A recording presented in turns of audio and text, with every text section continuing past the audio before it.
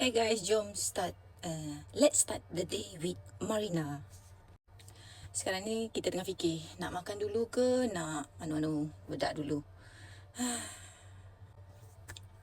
Okey lah, perut menang, kita makan dulu, okey? Kita bawa nasi goreng kampung. Buat sendiri tau. Dengan buah limau, nasi goreng kampung, ada telur mata.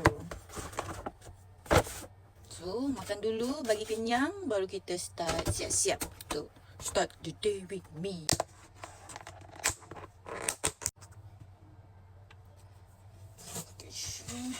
Dulu, so main nasi goreng yang paling sedap sekali. Masin ke tawar ke, sedap juga.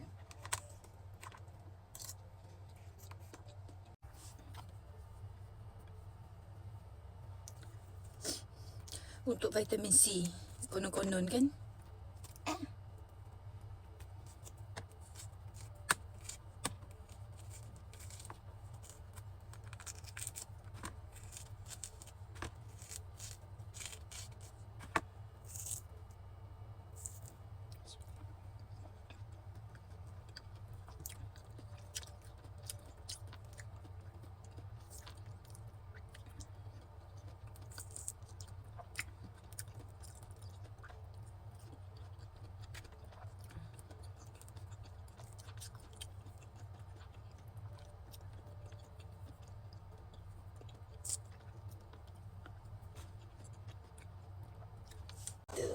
Aduh.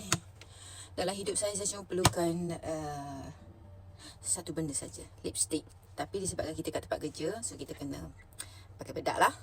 Dan juga hand cream sebab aircon kan.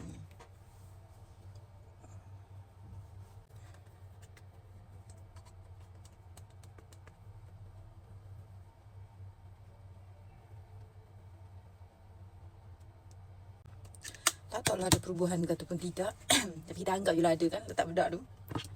Lepas tu, some lipstick.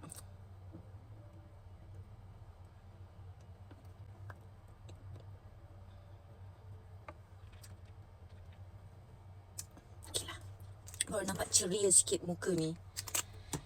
Dah siap tu, barulah kita akan yang cream sikit. Kebanyak pun sebab kerja dalam aircon, jadi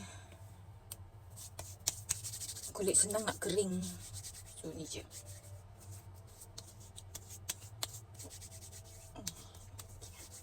Siap dah. Okay, now semua dah siap. Kita boleh start opening everything. Bye bye.